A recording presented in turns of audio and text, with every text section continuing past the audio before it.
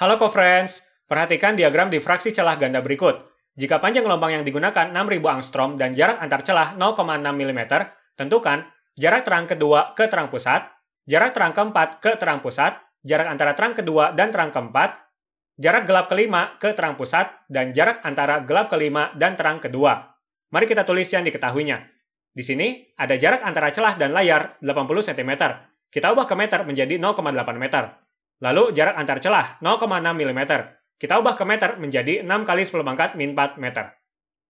Panjang gelombang cahaya yang digunakan 6000 angstrom. 1 angstrom sama dengan 10 pangkat min 10 meter. Jika kita ubah ke meter, maka akan menjadi 6 kali 10 pangkat min 7 meter.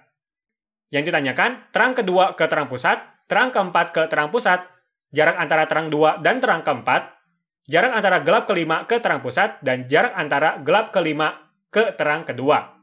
Di sini kita bisa gunakan rumus interferensi celah ganda Young untuk pola terang. D dikali YTN dibagi L sama dengan N lambda.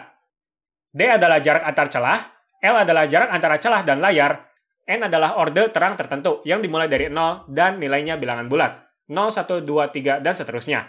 Untuk N sama dengan 0 merupakan terang pusat. Lambda adalah panjang gelombang cahaya yang digunakan, dan YTN adalah jarak dari terang pusat ke terang tertentu atau terang ke N. Untuk yang pertama, yang ditanyakan adalah jarak dari terang kedua ke terang pusat. Maka nilai dari N sama dengan 2. Kita masukkan nilai-nilainya.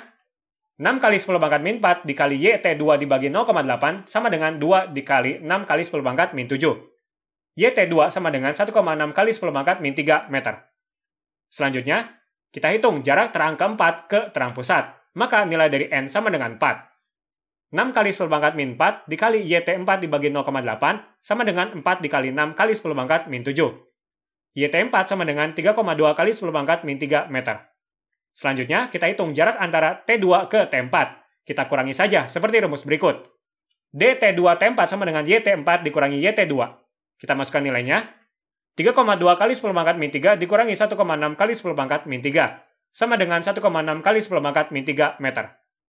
Selanjutnya, kita hitung jarak gelap kelima ke terang pusat. Karena kelima, maka N-nya sama dengan 5. Untuk rumus pola gelap, ada revisi sedikit dari rumus pola terang, yaitu DYGN dibagi L sama dengan N dikurangi setengah dikali lambda.